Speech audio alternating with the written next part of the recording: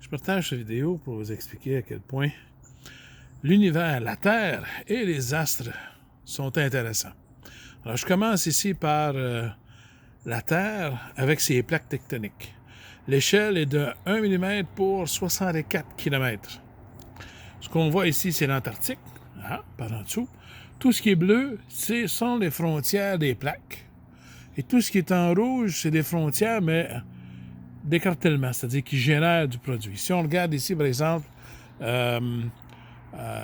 entre les Amériques et les continents africains et européens, bon, on voit que la ligne rouge ici, c'est du matériel qui est produit. C'est-à-dire que l'Amérique du Sud était positionnée ici, mais avec les mouvements des plaques tectoniques, ils se sont séparés. Alors, c'est magnifique de voir à quel point il y a des plaques tectoniques. Ici, c'est la zone Cuba, Haïti, dans ce coin-là. Ici, c'est la cordillère des Andes. On voit très bien, même en relief, les montagnes qui sont en Colombie, même la séparation. Si c'est relativement plat, c'est parce que j'ai la bathymétrie qui est très profonde comparativement à la surface, à la rugosité de la surface. Ici, c'est le pourtour du plateau continental. C'est pour ça qu'on ne voit pas les détails du Canada et des États-Unis. C'est vraiment le plateau continental. Ici, c'est la zone où les gens vont pêcher. Et qu'est-ce qu'on a ici? Bon, on a le Groenland. On se ramasse ici avec l'Europe. On a l'Espagne. On voit ici la faille qui va passer sur l'Islande et qui génère beaucoup de volcans. En Afrique, on a le rift qui se sépare en deux. Si vous voyez ça, à un moment donné, cette zone-ci va se séparer par rapport au continent africain. Ce qui fait qu'il va y avoir une continuité dans la faille qui va se faire comme ça et ça va finir par se séparer. On a ici l'Inde avec l'Himalaya. Alors ici, bon, c'est en rouge, mais c'est parce que ça fait beaucoup de matériel. Bon, l'Inde ici glisse en dessous du continent russe, on va dire. Et ce qui fait qu'il y a une grande accumulation de montagnes. Il y a des plateaux désertiques ici. Ça, c'est un creux désertique qui est là, où est-ce qu'il fait très, très chaud. La Russie, qui est relativement plate, sauf certaines zones qui sont un peu plus montagneuses, mais d'un point de vue profondeur bathymétrique, pas tant que ça. Ici, on a la zone de l'Asie. L'Australie, on voit que ici, la surface, le plateau Asie-Australie est assez même dénivelé. Ici, la partie Pacifique est vraiment spéciale, c'est-à-dire que si vous regardez sur Earthquake, si vous cherchez Earthquake, le gouvernement américain a un site qui explique où sont les tremblements de terre. Et ce qu'on voit ici, c'est le Japon. On voit ici Hawaï, on voit de l'autre côté des États-Unis, c'est tout le Pacifique. Et tout le tour de ça, c'est une collision. C'est-à-dire que la cordillère des Andes, ainsi que toute la partie rocheuse, les Aléoutiennes, ainsi que la portion russe, japonaise, asiatique et australienne, et même ici qui passe au niveau de la Nouvelle-Zélande et ces tremblements de terre. Tout ce plateau-là fait une subduction en dessous des continents anciens. Maintenant, une fois qu'on a regardé les plaques tectoniques, bien intéressant, je vais vous donner une deuxième impression qui est assez semblable. On voit ici, j'ai positionné la tige de métal au-dessus de Bogota. Pourquoi Bogota? Parce que c'est près de l'équateur, parce qu'on reconnaît bien l'Amérique du Nord au-dessus, le plateau de l'Amérique du Nord, les Antilles, et puis l'Amérique du Sud avec la cordillère des Andes. Et ce que je voulais faire remarquer ici, c'est que on est à l'échelle 1 mm pour 64 km. Entre la Terre et la Lune, si on le fait à cette échelle-là, il devrait avoir, dans la distance réelle, l'équivalent de 6 km. Entre la Terre et la Lune, il faudrait le mettre à cette grosseur-là, à 6 km de la Terre. Tout ça pour vous dire qu'ici, là, vous imaginez, c'est pas à l'échelle, la distance et la grosseur. Les grosseurs sont à l'échelle, mais les distances ne sont pas à l'échelle, sinon il faudrait que je mette la Lune à 6 km. On comprend que j'ai pas cette distance-là en main.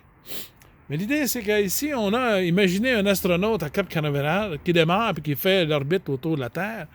Et là, il se dit, moi, je m'en vais sur la Lune. Puis là, il fait son voyage. Imaginez qu'à cette échelle-là, si j'avais mis moins que 6 km, la Terre serait beaucoup plus petite à l'échelle. Alors là, il fait long voyage. Whoop! Une coupure dans l'espace-temps, vraiment. Et puis là, il se ramasse sur la Lune. Puis là, il orbite autour de la Lune. Puis il finit par se reposer. À côté, ici, j'ai mis le Soleil. C'est-à-dire qu'à 6 km, dans cette grosseur-là, à 6 km entre la Terre et la Lune, le Soleil est légèrement plus gros, on va le voir comme ça, légèrement plus gros que la Lune, ce qui fait qu'on peut avoir une éclipse de Soleil. Donc le Soleil, nous, on serait ici. Nous, on serait à la Terre à 6 km. On regarde, on voit la Lune qui cache le Soleil, et il y a la couronne de chaque côté qui dépasse, et là on voit, si elle est totale, on voit la couronne. C'est très spécial que ça soit ça, parce que le Soleil, c'est sa dimension apparente. C'est sa dimension loin, far away, qui est ramenée à 6 km. Donc là-bas, il est énorme, mais quand on le ramène ici, il est plus petit, à 6 km, et presque de même grosseur que la Lune. En fait, 1% de plus de diamètre que lui. C'est pour ça qu'on voit la couronne. Alors, c'est assez impressionnant de voir que ça donne comme ça. Et là, on est toujours à 6 km. À 6 km, si on regarde à partir de la Lune, vous êtes un astronaute, n'oubliez pas que si on a ce point de vue-là, la Terre se trouve à 6 km. Si je rapproche cette distance-là, pour la mettre à 400 mm, c'est-à-dire 2 fois le diamètre de la Terre, on se ramasse avec les astronautes sur la Lune vont voir un lever de Terre et un lever de Soleil.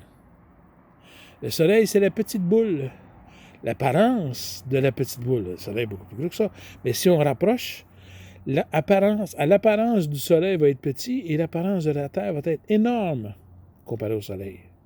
Ce qui fait qu'on va avoir un lever de Terre, à partir de la Lune, qui va être énorme et super impressionnant. C'est la chose qui a le plus impressionné les astronautes, c'est d'avoir un lever de Lune. Ici, là, si on enlève la Terre, si on fait juste garder ça, comme ça, c'est vraiment à l'échelle. C'est-à-dire qu'on a la Lune, un lever de Terre à cette dimension-là. Si on se reporte de l'autre côté et qu'on est sur la Terre, et qu'on observe un lever de lune et de soleil, ça dit qu'à midi, par exemple, on regarde le soleil du midi, ce n'est pas ceux-là là-bas, parce que ceux-là là-bas, ils sont théoriquement à 6 km. Ça va être l'apparence de cette petite boule-là. La grosse boule étant la lune et le soleil, pardon. La grosse boule étant la Lune et la petite boule étant le Soleil. Ou vice-versa, ça n'a pas d'importance à cette grosseur-là, mais ils sont à l'échelle. C'est-à-dire que quand vous regardez à partir de la Terre, la grosseur de la Lune, un lever de Lune va être gros comme ça, puis un lever de Soleil va être gros comme ça. Ce qui est tout de même spécial, parce que c'est tout petit, comparé à la surface de la Terre qu'on voyage en avion. Alors, c'était pour vous dire ça. Suite avec des dimensions plus grandes, mais sans maquette. Pour vous démontrer l'immensité de l'espace, j'ai fait quelques calculs. OK? Et ici, en précisant que light year, c'est le nombre de kilomètres parcourus par la lumière en un an. Light, lumière, an. Le nombre de kilomètres parcourus par la lumière pendant un an. Ça se trouve à être proche de 10 avec 12 zéros à côté. Gros chiffre. 3, c'est 1000. 6, c'est millions. 12, c'est millions de millions. Donc, c'est 10 millions de kilomètres parcourus par année par la lumière. C'est facile à comprendre si, par exemple, on prend un humain, et on dit, bon, c'est pas le diamètre, là, mais ici, c'est la longueur, 2 mètres. On présume 2 mètres de haut. En termes de light year, c'est 2,11 à la moins 16. C'est tout petit. Mais si j'allume une lumière, voici le principe. Si je tiens une flashlight et que j'allume la lumière, entre mon doigt qui pèse sur le bouton et mes orteils, il va s'être écoulé 6,7 nanosecondes avant que la lumière touche à mes orteils. C'est assez rapide. Mais si je veux lui faire faire, par exemple, sur la Terre, je veux lui faire parcourir la moitié de la circonférence. Donc, ici, moi, j'ai la lumière, les ondes radio, c'est pareil. Alors, si j'ai un signal radio qui part du pôle Nord qui s'en va au pôle Sud, ou dans l'autre sens, qui part d'un côté à l'équateur jusqu'à l'autre côté, alors l'onde radio qui va se réfléchir sur l'atmosphère va parcourir la moitié de la circonférence en 67 millisecondes. Donc ici, il y a un facteur d'1 million. Donc ça va prendre 1 million de fois plus de temps entre une demi-circonférence de la Terre par rapport à la tête aux pieds. Si je veux communiquer avec des astronautes sur la Lune, alors ici, chaque information que je vais envoyer va lui prendre 1,3 secondes. Là, si je lui dis « Fais attention, pas tomber », paf, il a tombé, ça fait 1,3 secondes, je suis tombé. Voilà. Ici, si je vais communiquer avec une sonde qui s'approche du Soleil, ça va lui prendre 8,3 minutes à être transmis au Soleil. Mais d'un autre côté, s'il y a une éruption solaire, ça va nous prendre 8,3 minutes à l'observer sur Terre. Elle a lieu, mais on la voit 8,3 minutes plus tard. Si on envoie une expédition sur Mars, alors la beauté de la chose, c'est qu'on a le Soleil au milieu. Imaginez, on a un Soleil qui est au milieu, Mars qui fait le tour et la Terre qui fait le tour, mais quand les deux sont opposés, ils sont beaucoup plus loin que s'ils sont proche à proche, leur orbite est proche à proche.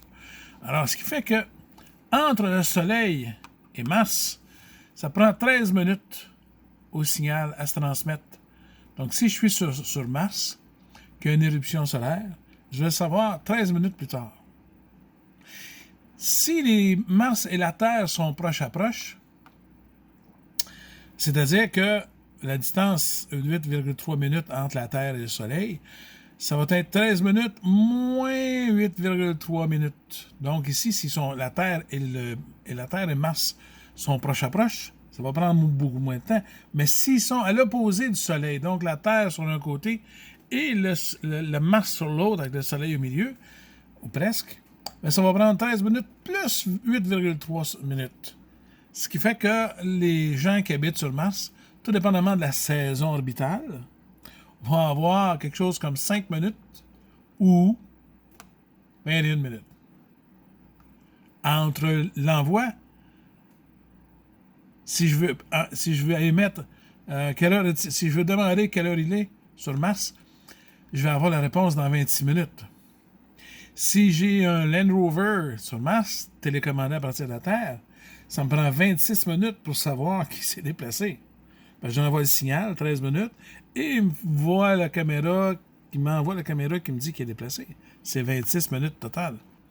Concernant le système solaire, il est en bleu ici, là, il est à 40 fois la distance Terre-Soleil.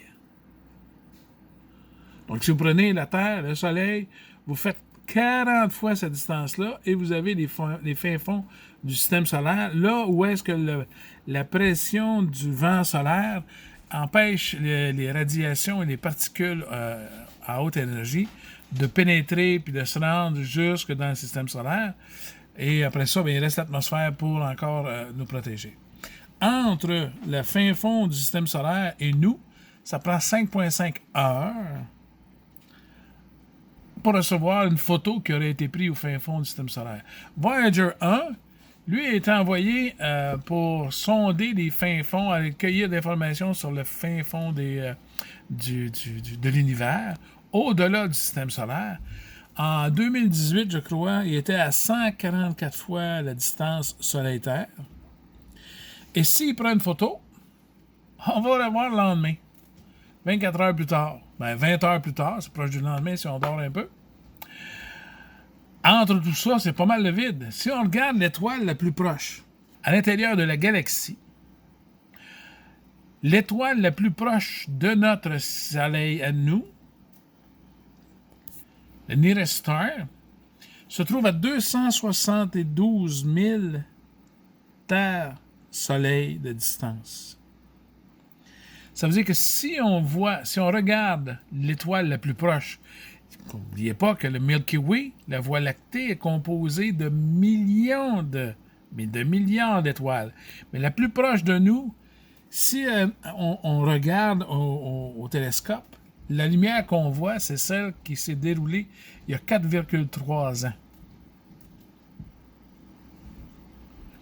Si on regarde maintenant la Voie lactée, qui est notre galaxie, en spirale, avec des bras spiralés, elle se trouve à, on va dire, 1,7 million de distance Terre-Soleil.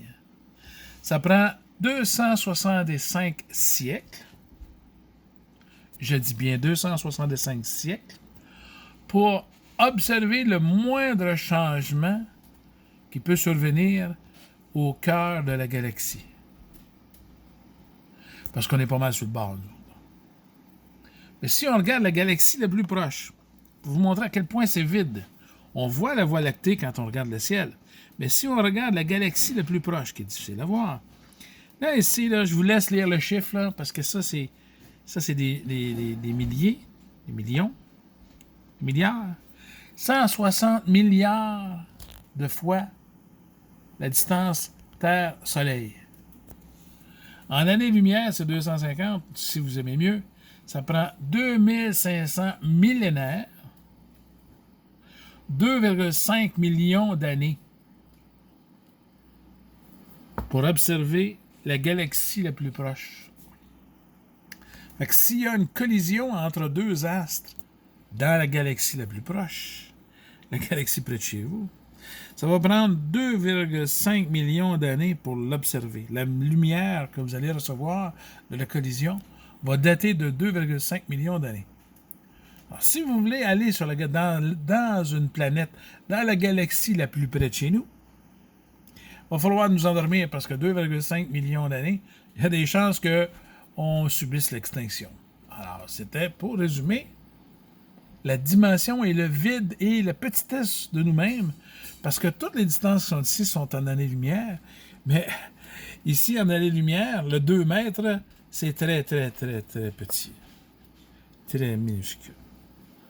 Alors, sur ça, je vous laisse philosopher et réfléchir sur nos petites guerres et nos frustrations qu'on a quotidiennement.